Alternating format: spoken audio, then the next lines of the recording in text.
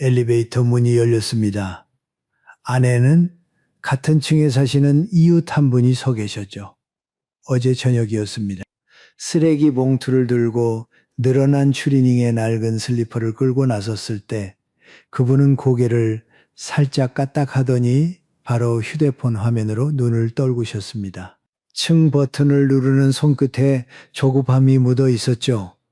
문이 닫히는 동안 둘 사이에는 아무 말도 없었습니다. 그리고 오늘 아침 깨끗하게 세수를 하고 다림질한 셔츠에 가벼운 재킷을 걸치고 나섰습니다.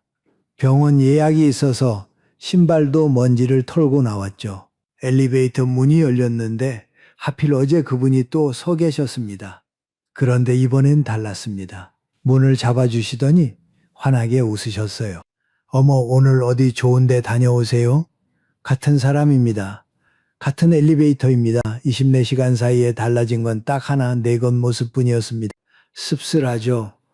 옷 한 벌에 사람 대접이 달라지는 세상이 야속할 수도 있습니다.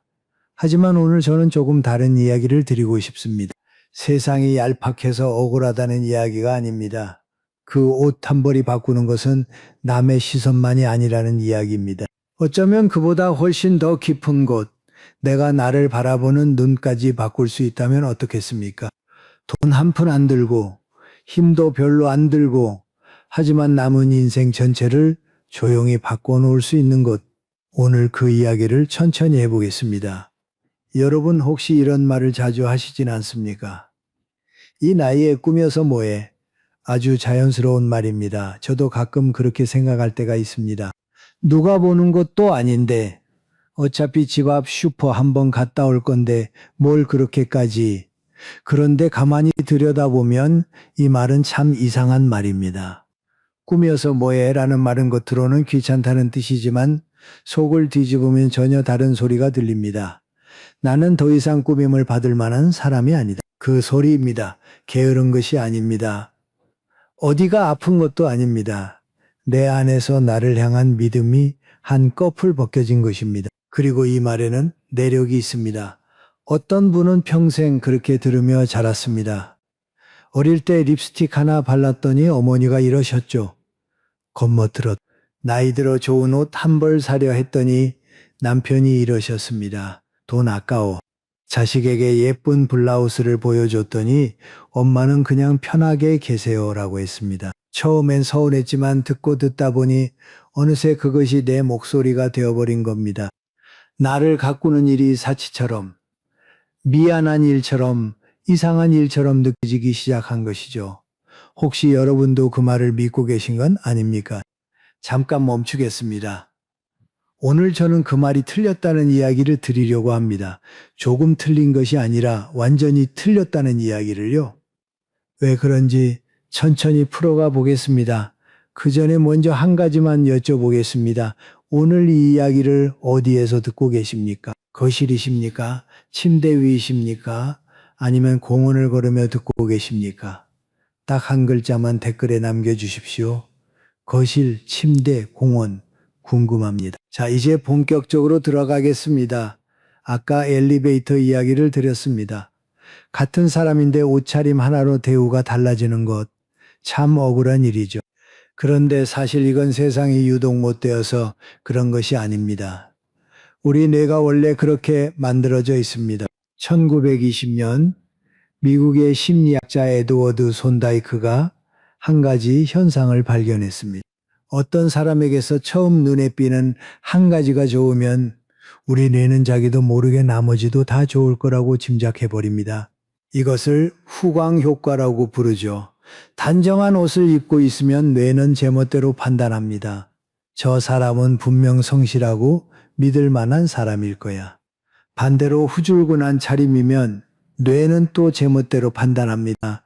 저 사람은 별로 중요한 사람이 아닐 거야. 공정하지 않죠. 하지만 이것이 인간의 뇌가 수십만 년 동안 작동해온 방식입니다. 쉽게 말씀드리면 이렇습니다. 서점에 가셨다고 생각해 보십시오. 같은 책 두 권이 나란히 놓여 있습니다. 한 권은 표지가 깨끗하고 제목이 반듯하게 적혀 있고 다른 한 권은 표지가 구겨져 있고 모서리가 접혀 있습니다. 속은 같은 내용인데도 여러분은 어느 책을 먼저 집어 드시겠습니까? 열의 9은 깨끗한 쪽입니다. 그 책이 더 좋은 내용이라서가 아닙니다. 그냥 뇌가 그렇게 반응하는 것입니다. 사람도 마찬가지입니다. 우리가 밖에 나설 때 겉에 보이는 모습은 일종의 포장지와 같습니다. 안에 든 선물은 그대로인데 정성껏 포장한 것과 비닐봉지에 대충 넣은 것, 받는 사람의 기대가 다를 수밖에 없습니다. 여기서 중요한 것은 우리가 선물의 내용물을 바꾸자는 이야기가 아니라는 점입니다. 내면을 뜯어 고치자는 것이 아닙니다. 다만 이미 충분히 귀한 내 안의 것을 세상이 알아볼 수 있도록 정성스럽게 감싸는 일, 그것은 속임수가 아니라 예의이고 나를 향한 정직한 표현입니다. 신옥자 씨라는 분이 계셨습니다. 68, 오래전에 작은 옷 수선집을 접으신 분이었죠.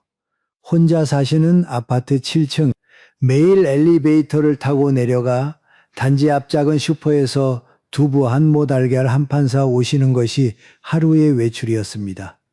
어느 날 저녁이었습니다. 집에서 입던 옷 그대로 슬리퍼를 끌고 슈퍼에 가시는 길에 같은 동이웃을 만났습니다. 그분이 고개를 살짝 까딱하고는 앞서 걸어가는데 뒤에서 보이는 그 등이 참 냉랭했다고 하셨어요. 인사라기보다는 피하지 못해서 끄덕인 정도였다고요. 며칠 뒤 조카 돌잔치에 가시게 됐습니다. 장롱에서 아껴두었던 깨끗한 원피스를 꺼내 입고 머리를 가지런히 빗고 신발도 먼지를 닦아 나오셨죠. 엘리베이터 앞에서 또 그 이웃을 마주쳤습니다.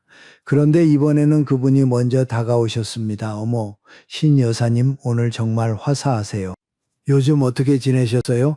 신옥자 씨는 그 순간 웃지도 화내지도 못하셨다고 합니다. 집에 돌아오는 길에 엘리베이터 안에서 혼자 생각하셨죠. 아, 내가 나를 어떻게 감싸느냐에 따라 엘리베이터 문이 열리는 속도도 달라지는구나. 분하셨을까요? 아마 조금은 그러셨을 겁니다. 하지만 신옥자 씨가 대단하신 것은 그 다음입니다. 분한 것에서 멈추지 않으셨습니다. 그날 이후 슈퍼에 가실 때도 집에서 입던 옷 그대로 나가지 않으셨습니다. 대단한 옷이 아닙니다.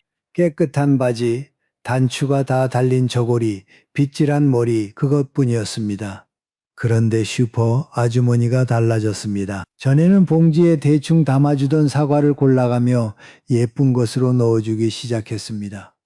이웃들이 먼저 인사를 했습니다. 달라진 것은 사과가 아니었습니다.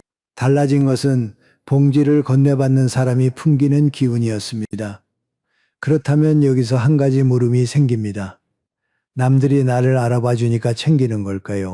남의 시선 때문에 사는 걸까요? 만약 그것뿐이라면 조금 서글픕니다. 그래서 지금부터 드리는 이야기가 더 중요합니다. 여러분, 효도라는 말을 들으면 무엇이 떠오르십니까? 대부분은 이렇게 떠올리실 겁니다. 부모님께 안부 전화를 드리는 것, 명절에 고향을 찾아가는 것, 용돈을 넉넉히 드리는 것, 맞습니다. 그것이 효도입니다. 그런데 저는 오늘 조금 다른 효도 이야기를 꺼내보려 합니다. 여러분 세대는 효도의 명수들이십니다. 부모님께 효도하셨고, 자식에게 헌신하셨고, 배우자를 위해 참으셨습니다. 평생을 누군가를 위해 허리를 굽혀 오신 분들입니다. 그런데 한 가지 빠진 것이 있습니다. 나 자신에게 효도하신 적이 있으십니까? 이 질문을 드리면 대부분 고개를 갸우뚱하십니다. 나한테 효도라니 그게 무슨 말인가? 효도는 윗사람한테 하는 것이지 내가 나한테 하는 것은 효도가 아니라 이기심이지. 그렇게 생각하시는 분이 많습니다. 오랫동안 그렇게 배워 오셨으니까요. 최병호 씨의 이야기를 해드리겠습니다. 73 시내버스 기사로 30년을 넘게 다니신 분이셨습니다. 매일 새벽 4시에 일어나 차고지로 나갔고 저녁 8시에 들어와 밥을 먹고 쓰러지듯 잠들었습니다. 쉬는 날에도 돈이 될 일을 찾아다니셨죠. 아이들 등록금, 학원비, 전셋값 입으로는 한 번도 힘들다고 하신 적이 없었지만 셔츠 깃은 입년째 같은 것이었습니다. 양말에 구멍이 나도 꿰매 신으셨습니다. 이가 시려서 밤에 끙끙 앓으면서도 치과는 가지 않으셨습니다. 그 돈이면 손주 운동화를 사줄 수 있으니까요. 자식들은 다 잘 됐습니다. 아들은 대기업에, 딸은 공무원에 명절마다 용돈도 넉넉히 드렸습니다. 그런데 어느 날 딸이 오랜만에 아버지 집에 들렀습니다. 아버지는 15해째 같은 점퍼를 입고 계셨습니다. 목이 늘어나고 팔꿈치가 반들반들 다른 그 점퍼, 딸은 장롱을 열어보았습니다. 안에는 자식들이 사들인 새 옷이 태그도 뜯지 않은 채 가지런히 걸려 있었습니다. 한 번도 입지 않으신 겁니다. 아깝다고. 좋은 옷은 손주들한테 주려고 남겨두신 거였습니다. 딸이 울었습니다. 장롱 앞에 서서 소리 없이 울었습니다. 아버지는 왜 본인한테는 이렇게 못하세요? 최병호 씨는 아무 말도 못하셨다고 합니다. 평생 남에게 주는 것만 배웠지 나를 위해 쓰는 것은 배운 적이 없으니까요. 다음 주에 딸이 아버지를 데리고 옷가게에 갔습니다. 큰 가게가 아니었습니다. 동네 시장 안에 있는 작은 남성복 가게였죠. 선반에 걸린 셔츠 하나를 만지작거리시는데 가게 주인이 물었습니다. 어르신, 어떤 색 좋아하세요? 최병호 씨는 멈칫하셨습니다. 그 질문을 스스로에게 던져본 적이 없으셨던 겁니다.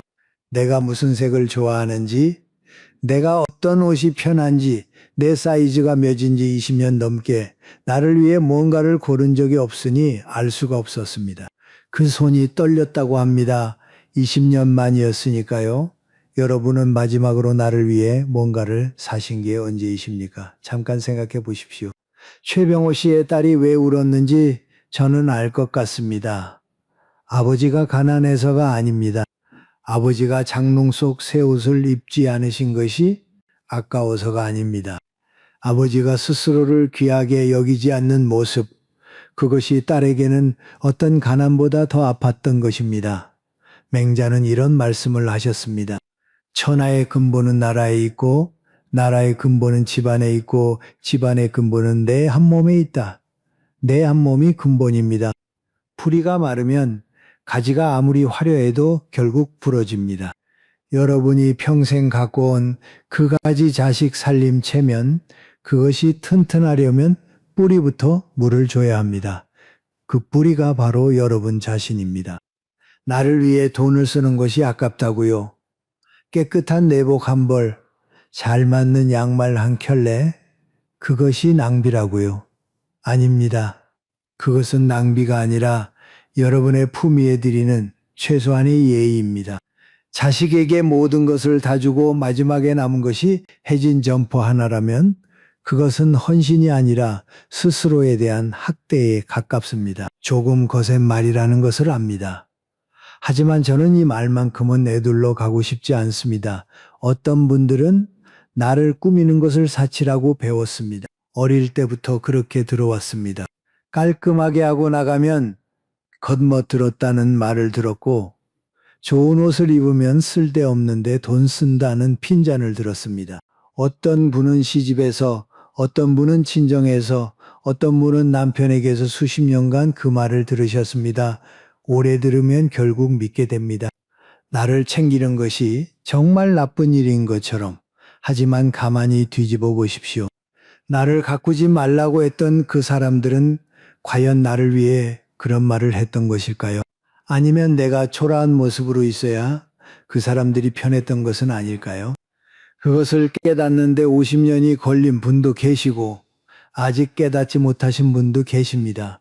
오늘 이 자리에서 하나만 기억하십시오. 나를 위해 쓰는 돈은 아까운 돈이 아닙니다. 나를 위해 쓰는 시간은 낭비가 아닙니다. 나를 정성껏 가꾸는 일은 사치가 아닙니다. 그것은 70평생, 80평생을 버텨온 이 한 몸에 대한 가장 늦었지만 가장 간절한 효도입니다. 이 이야기들을 들으시면서 고개를 끄덕이신 분이 계실 겁니다. 혹시 여러분 주변에도 이런 이야기가 필요한 분이 계시다면 이 채널을 기억해 주십시오. 구독 버튼과 알림을 눌러두시면 매일 아침 이렇게 옆에 앉아 이야기를 나누는 사람이 한 명 생깁니다. 좋아요 한 번이 이 이야기를 더 많은 분에게 데려다 줍니다. 부담 없이 마음이 가시는 대로 눌러주시면 됩니다. 자, 다시 이야기로 돌아오겠습니다. 아까 최병호 씨 이야기를 하면서 나를 챙기는 것이 사치가 아니라 효도라고 말씀드렸습니다. 그런데 이 대목에서 꼭 한번 짚고 넘어가야 할 것이 있습니다.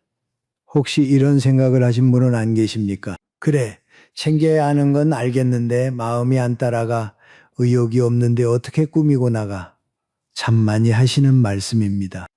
마음이 먼저 편해져야 외모도 신경 쓸 여유가 생기는 거지. 지금 이렇게 기운이 없는데 무슨 옷을 차려입고 무슨 거울을 보느냐. 아주 합리적으로 들립니다. 그런데요, 과학이 보여주는 진실은 정확히 그 반대입니다. 2012년 미국 노스웨스턴 대학교에서 하조 아담과 아담 갈린스키라는 두 학자가 아주 흥미로운 실험을 했습니다. 사람들을 두 그룹으로 나누었습니다. 한 그룹에는 하얀 의사 가운을 입히고 다른 그룹에는 평소 옷 그대로 두었습니다. 그리고 같은 집중력 시험을 치르게 했죠. 결과가 어떻게 나왔을까요? 의사 가운을 입은 그룹이 눈에 띄게 집중력이 올라갔습니다. 가운에 무슨 마법이 들어있는 것이 아닙니다. 뇌가 달라진 겁니다. 하얀 가운을 걸치는 순간 뇌가 스스로에게 말합니다. 나는 지금 중요한 일을 하는 사람이다. 정신을 바짝 차려야 한다. 옷이 뇌에게 신호를 보낸 것이죠. 이것을 학자들은 체화된 인지라고 불렀습니다. 어려운 말이지만 풀어드리면 간단합니다. 몸이 먼저 바뀌면 마음이 뒤따라 바뀐다는 뜻입니다. 이걸 우리 일상에 대입해 보십시오.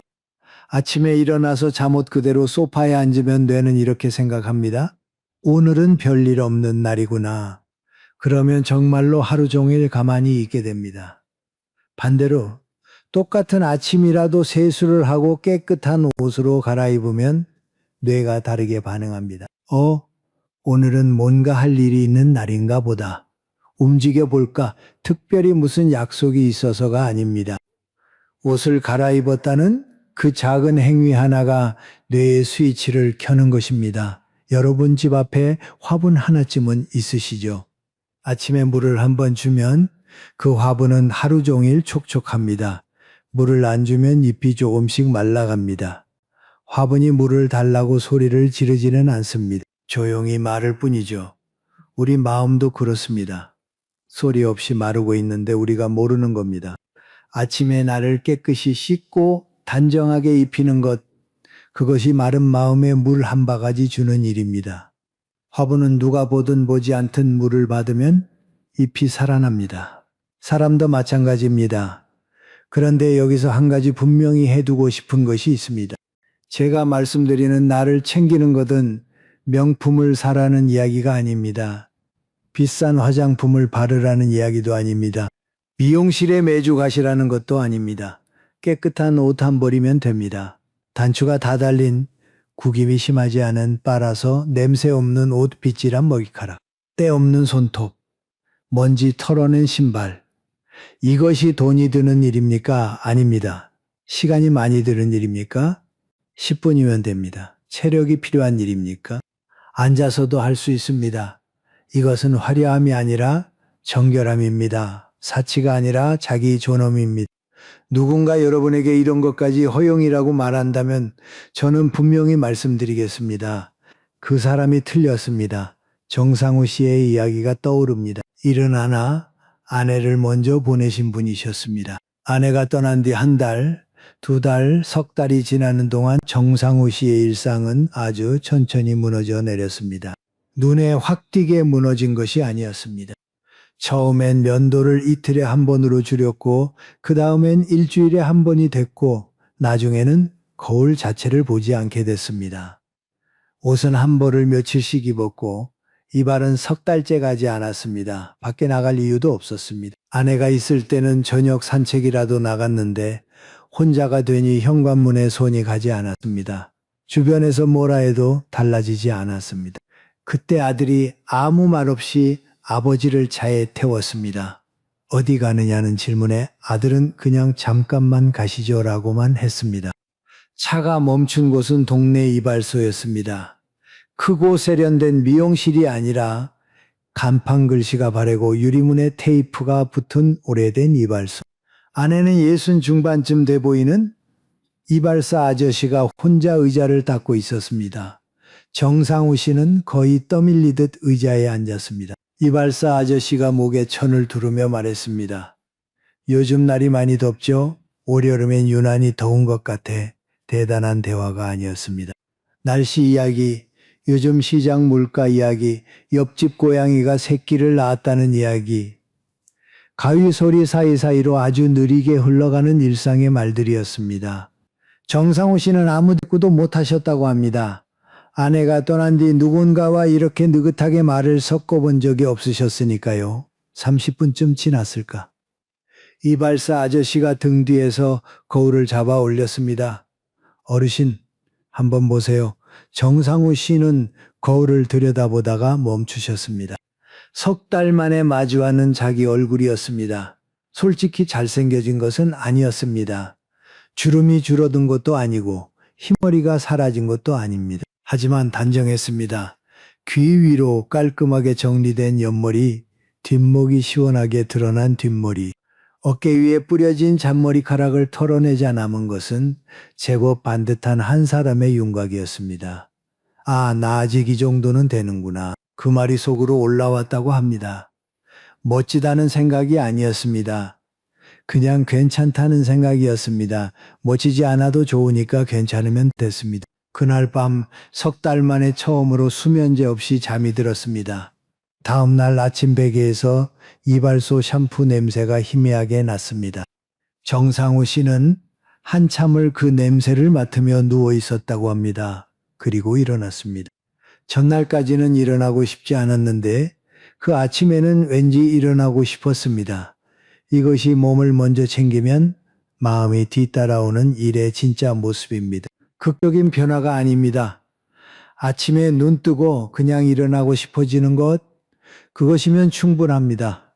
머리카락 몇 가닥 정리한 것뿐인데 뇌가 달라집니다. 대단한 결심이 필요한 것이 아닙니다. 가위질 30번이면 됩니다. 여러분, 한 가지 더 여쭤보겠습니다. 혹시 거울을 피하고 계시진 않습니까? 아침에 화장실에 가서도 거울을 안 보시려고 고개를 돌리시거나 거울 위에 수건을 얹어두신 분은 안 계십니까? 읽은 얼굴이 보기 싫어서, 처진 살이 속상해서, 예전 같지 않은 모습이 서글퍼서 그 마음 모르는 바가 아닙니다. 하지만 오늘 한 번만 거울을 다르게 봐주셨으면 합니다. 주름이 보이면 이렇게 생각해 보십시오. 이 이마의 주름은 자식들 등록금 걱정하면서 밤새 뒤척이던 흔적이구나. 눈가의 잔주름은 손주가 처음 할머니 불렀을 때 터져나온 웃음의 흔적이구나. 거친 손은 수만 번의 설거지와 수천 번의 빨래가 남긴 훈장이구나. 여러분의 몸은 늙은 것이 아닙니다. 이야기를 잔뜩 품고 있는 것입니다. 한 권의 책이라고 생각해 보십시오. 새 책은 표지가 반들반들하고 종이가 뻣뻣합니다. 아직 아무도 읽지 않은 책이니까요. 하지만 정말 좋은 책은 등이 꺾이고 모서리가 닳고 어떤 페이지에는 밑줄까지 그어져 있습니다. 손때가 묻어 있습니다. 그 손때가 바로 누군가 이 책을 사랑했다는 증거입니다. 여러분의 몸에 묻은 세월의 자국도 마찬가지입니다. 그것은 낡아진 것이 아니라 사랑받은 것이고 닳아진 것이 아니라 살아낸 것입니다. 이점순 씨 75. 딸이 처음으로 스파에 데려가신 날의 이야기를 해드리겠습니다. 이점순 씨는 평생 남의 발을 씻겨주기만 하셨습니다. 시어머니 발을 씻기고 아이들 발을 씻기고 나중에는 남편이 아파서 남편 발까지 씻겼습니다. 본인 발을 누군가 만져주는 일은 난생 처음이었습니다. 발 마사지를 받으며 가만히 누워 계시는데 젊은 관리사가 이점순 씨의 발바닥을 천천히 주무르며 말했습니다. 어머님, 정말 많이 걸으셨나 봐요. 딱 그 한마디였습니다. 그런데 이점순 씨의 눈에서 눈물이 흘렀습니다. 아프지 않았습니다. 슬프지도 않았습니다. 다만 그 발을 누군가 만져주면서 이 발이 걸어온 길을 알아봐 준 것이 처음이었습니다. 시장까지 왕복 30분을 매일 걸었던 발, 부엌에서 하루 3끼를 서서 만들었던 발, 아이 등에 업고 병원까지 뛰어간 발, 그 수만 번의 걸음을 아는 사람은 세상의 본인뿐이었는데 낯선 젊은이의 손끝이 그것을 읽어낸 것입니다.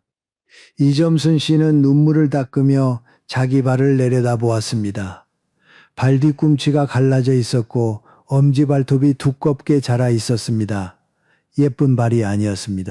하지만 그 순간 이 세상에서 가장 많은 이야기를 품고 있는 발이라는 것을 처음으로 느끼셨다고 합니다. 그리고 아주 오래된 기억 하나가 올라왔습니다. 결혼식 날 신었던 하얀 구두, 유일하게 예쁜 신발이었는데 살림이 궁해지자 이웃에게 주워버렸습니다. 그 구두를 신고 찍은 사진 한 장이 어딘가에 있을 텐데 그것도 기억이 가물가물했습니다. 그 발이 걸어온 길을 아는 사람은 세상에 본인밖에 없습니다. 한번 내려다 보십시오. 지금 여러분의 손을 거칠고 마디가 굵고 어딘가 까진 데가 있을지도 모릅니다. 하지만 그 손으로 아이 이마의 열을 짚어보셨고 그 손으로 밥상을 차리셨고 그 손으로 월급 봉투를 쥐어보셨습니다.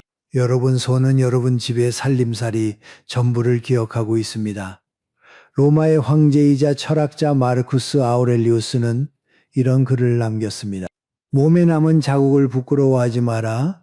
그것은 네가 쌓아왔다는 증거이니 저는 이 말을 이렇게 바꿔드리고 싶습니다. 주름은 결코 쇠락의 표시가 아닙니다. 그것은 훈장입니다. 여러분 집에 오래된 녹그릇 하나쯤은 있으시죠? 새 녹그릇은 번쩍번쩍 빛이 나지만 수십 년 쓴 녹그릇은 여기저기 자국이 나고 색이 어두워집니다. 하지만 그 그릇에 밥을 담으면 왜 그렇게 정이 가는지 모릅니다. 새 그릇에는 없는 묵직한 무게감이 있습니다. 이 그릇이 우리 식구를 먹여 살렸구나 하는 이야기가 그 안에 들어있으니까요. 그 녹그릇을 아끼는 사람은 박박 닦아서 새 것처럼 만들지 않습니다. 부드러운 천으로 살살 닦아줍니다.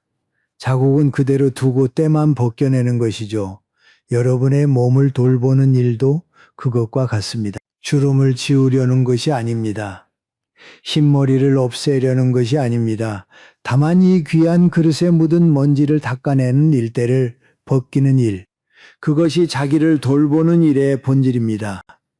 제가 들은 이야기 중 가장 오래 남아있는 이야기 하나를 짧게 해드리겠습니다.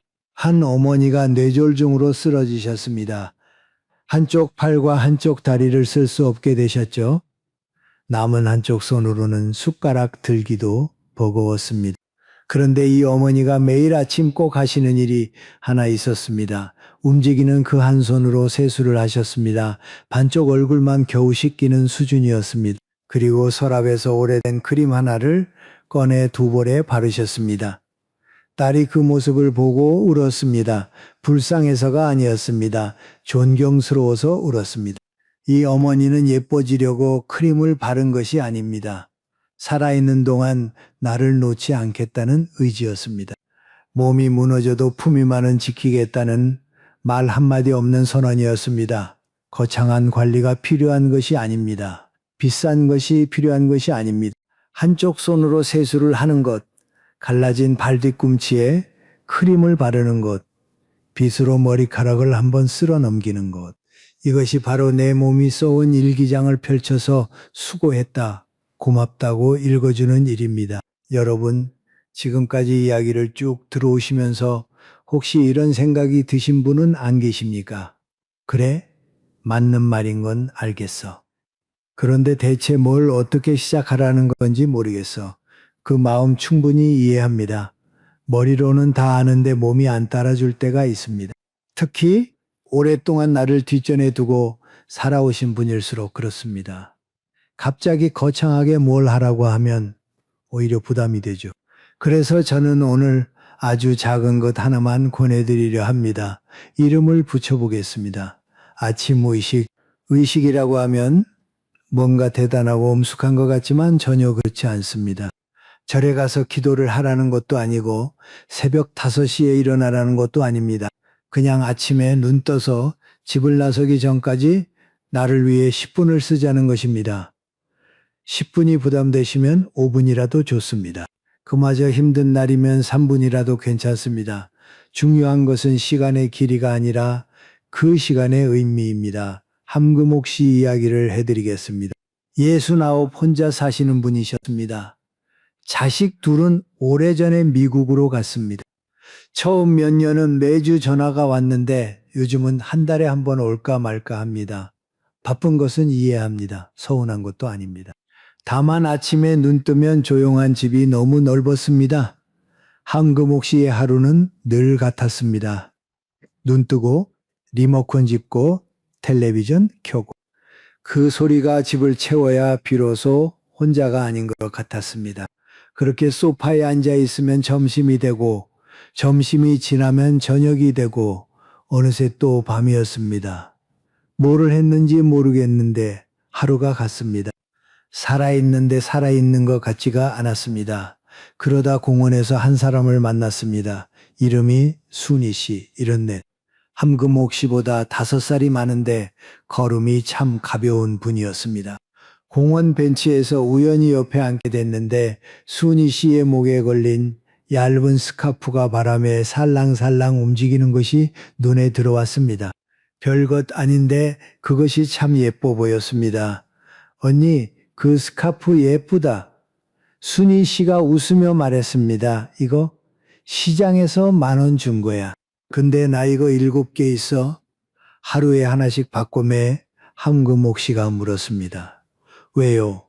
누가 보는 것도 아닌데. 순희 씨의 대답이 함금옥 씨의 하루를 바꾸었습니다.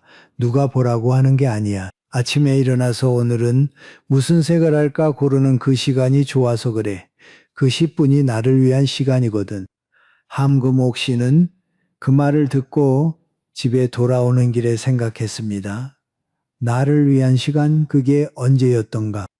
아이들이 어릴 때는 아이를 위한 시간이었고, 남편이 있을 때는 남편을 위한 시간이었고, 혼자가 된 뒤로는 그냥 아무도 아닌 시간이었습니다. 나를 위한 시간은 한 번도 없었습니다.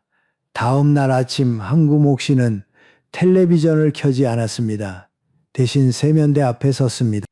따뜻한 물로 얼굴을 씻었습니다. 평소에는 대충 물만 끼얹고 말았는데 그날은 두 손으로 물을 떠서 보래 천천히 데웠습니다.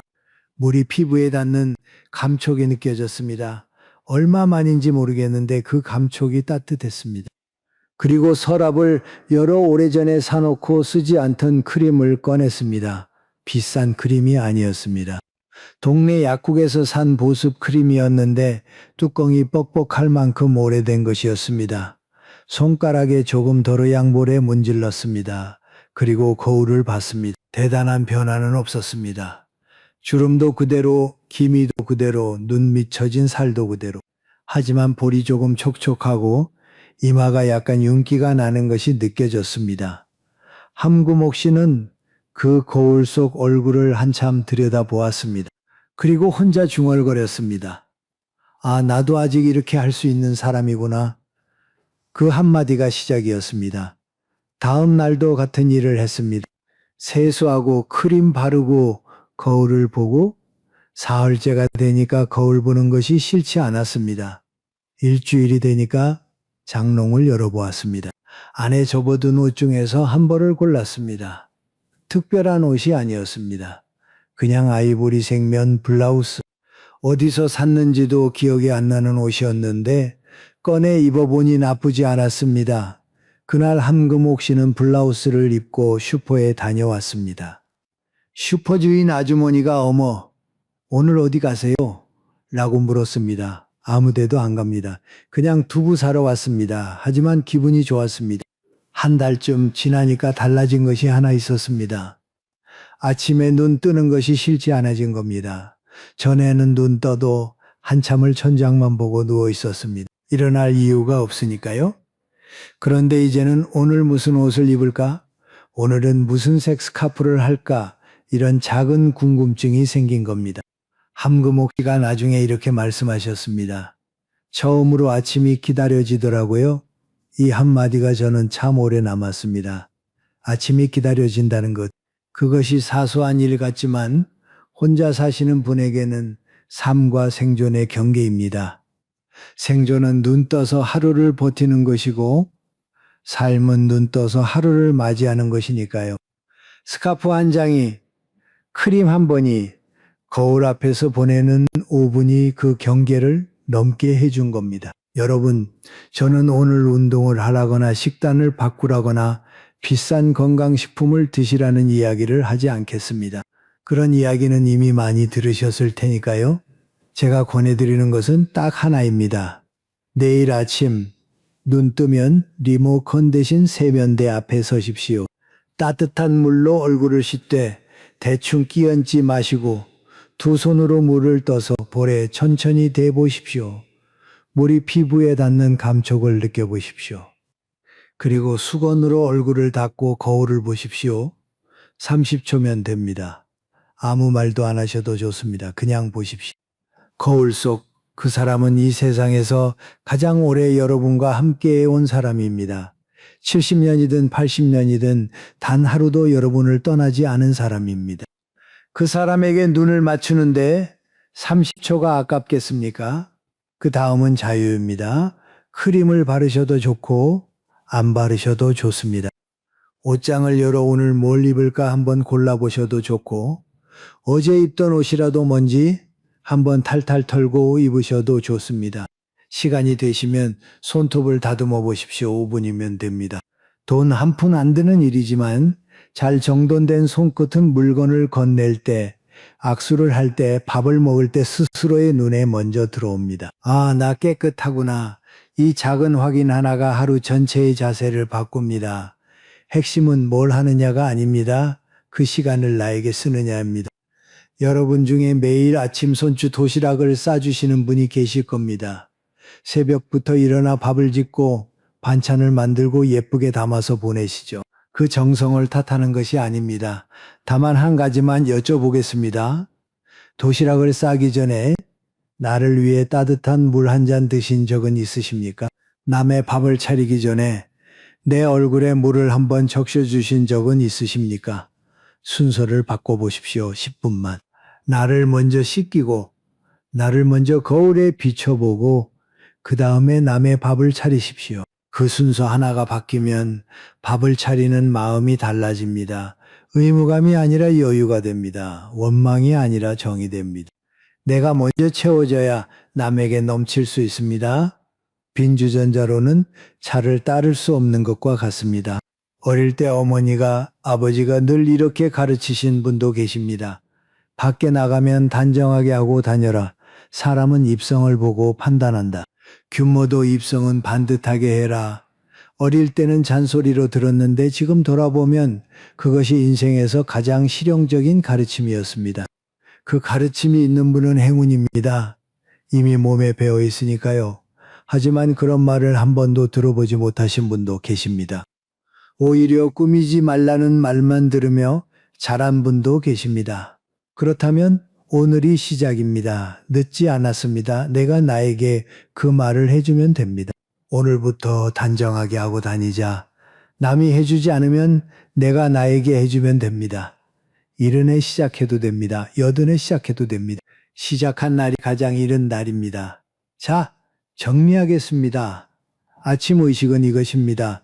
눈 뜨면 세수하고 거울 보고 옷을 골라 입는다. 되면 손톱도 다듬고 크림도 바른다. 10분 혹은 5분 혹은 주말 하루만이라도. 중요한 것은 그 시간 동안 나는 남을 위해 움직이는 것이 아니라 나를 위해 존재한다는 사실입니다. 이 작은 의식 하나가 하루를 바꾸고 하루가 일주일을 바꾸고 일주일이 한 달을 바꾸고 한 달이 여러분의 남은 인생 전체를 바꿉니다. 거창하게 바꾸는 것이 아닙니다. 아침에 눈 뜨는 것이 기다려지게 바꾸는 것입니다. 그것이면 충분합니다. 오늘 이야기가 꽤 길었습니다. 천천히 되짚어 보겠습니다. 처음에 엘리베이터 이야기를 드렸습니다. 같은 사람인데 옷차림 하나로 이웃의 인사가 달라지는 것. 씁쓸하지만 이것이 인간의 뇌가 작동하는 방식입니다. 세상은 3초 만에 나를 읽습니다. 하지만 그 3초에 무엇이 담길지를 결정하는 사람은 바로 나 자신입니다. 그 다음 효도 이야기를 했습니다. 여러분은 평생 누군가를 위해 효도하며 사셨습니다. 부모님께, 자식에게, 배우자에게, 하지만 나 자신에게 효도하신 적은 있으십니까? 20년째 같은 점퍼를 입고 계시던 최병호 씨의 떨리는 손을 기억하십시오. 나를 위해 쓰는 돈은 낭비가 아닙니다. 그것은 70평생을 버텨온 이 한 몸에 드리는 가장 늦었지만 가장 간절한 효도입니다. 세 번째로 몸을 먼저 챙기면 마음이 따라온다는 이야기를 했습니다. 기분이 좋아야 꾸미는 것이 아니라 꾸미면 기분이 좋아집니다. 이발소에서 머리 한번 깎고 나온 정상우 씨가 석 달 만에 수면제 없이 잠들었던 그 밤을 기억하십시오. 그리고 한 가지 분명히 해두었습니다. 제가 말하는 챙김은 명품도, 화장도, 미용실도 아닙니다. 깨끗한 옷 한 벌, 빗질한 머리카락대 없는 손톱, 돈이 아니라 의식의 문제입니다. 네 번째로 몸은 일기장이라는 이야기를 드렸습니다. 주름은 쇠락이 아니라 훈장입니다. 발 마사지를 받으며 울었던 이점순 씨의 눈물을 기억하십시오. 그리고 뇌졸중 뒤에도 한 손으로 세수를 하시던 어머니를 기억하십시오. 몸이 무너져도 품위는 지킬 수 있습니다. 그 작은 행동 하나가 나를 놓지 않겠다는 선언이 됩니다.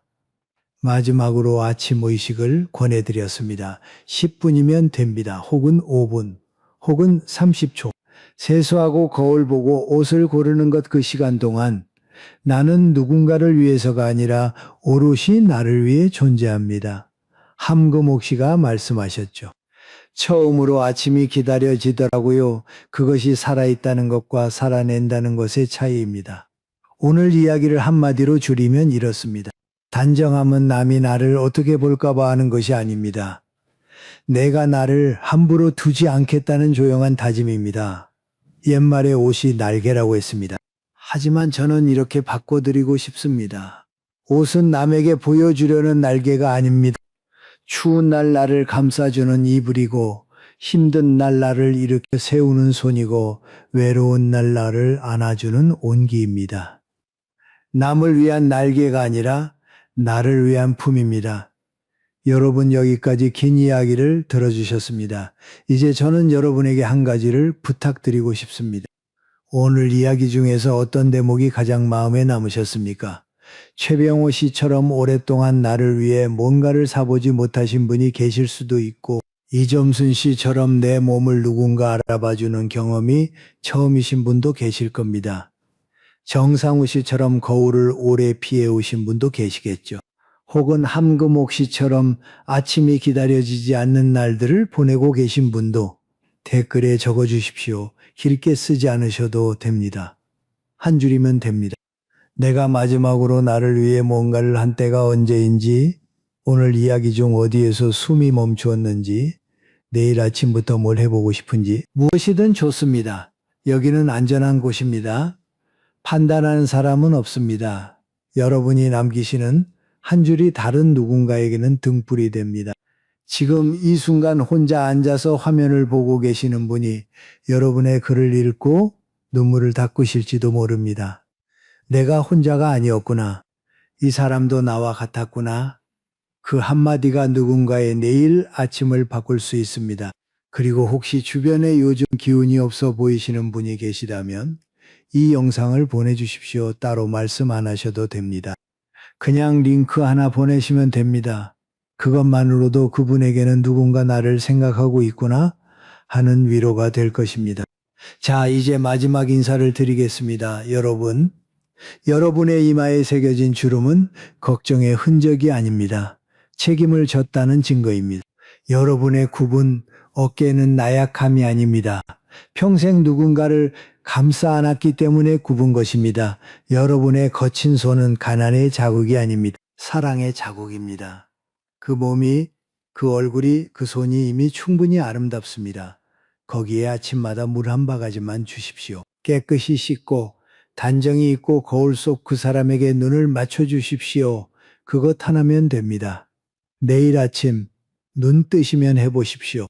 오늘 밤 주무시기 전에 내일 입을 옷을 하나 꺼내 두셔도 좋겠습니다.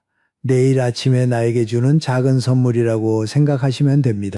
오늘 하루 딱 하루만 나를 귀하게, 그것 하나면 됩니다.